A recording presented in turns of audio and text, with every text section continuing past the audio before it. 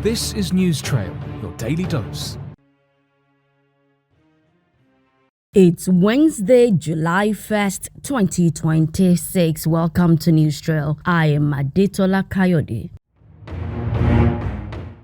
Nigeria's education sector is set for a major reform as the federal government announced plans to abolish the long-standing policy separating junior from senior secondary schools. Minister of Education, Dr. Tunji Alausa, says the policy, aside failing to achieve its objective, it had instead worsened access to education across the country and contributed to over 20 million out-of-school pupils before reaching senior secondary education. According to him, the shortage of junior secondary schools resulted in severe overcrowding, while many senior secondary schools remained underutilized. The GSS-SSS structure was introduced in 1982 as part of the National Policy on Education, often referred to as the 6334 system, which was initially formulated in 1977. Alausa said the proposal to scrap the policy would be presented at the next meeting of the National Council on Education for approval. The minister said the reform forms part of broader efforts to improve access to education to raise learning outcomes.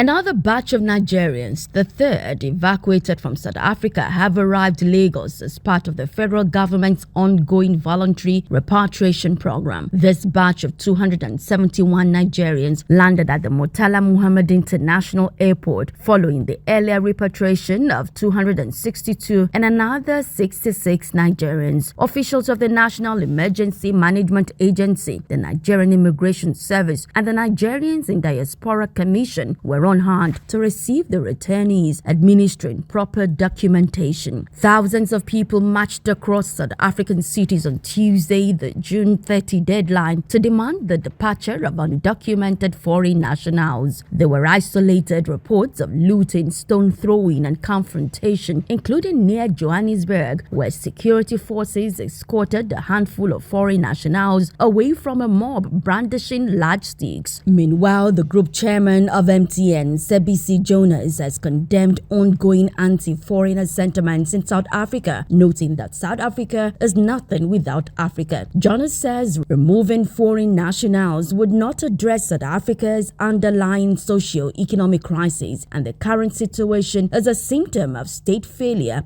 being cynically exploited by politicians with no interest in genuine solutions.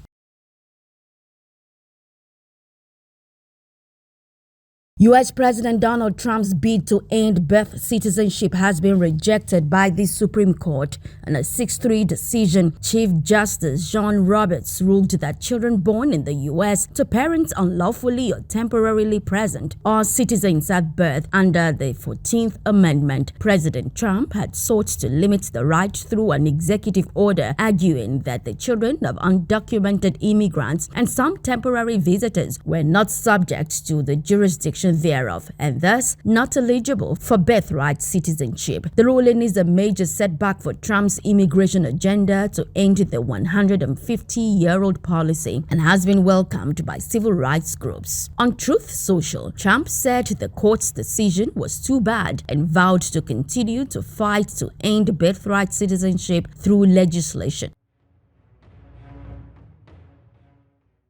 And that's it on News Trail for today. Many thanks for connecting. Please do not forget to like, comment, share, and subscribe to our YouTube channel, News Trail. And always remember, even if you find yourself playing in the second league, ensure you're winning and have a fantastic midweek.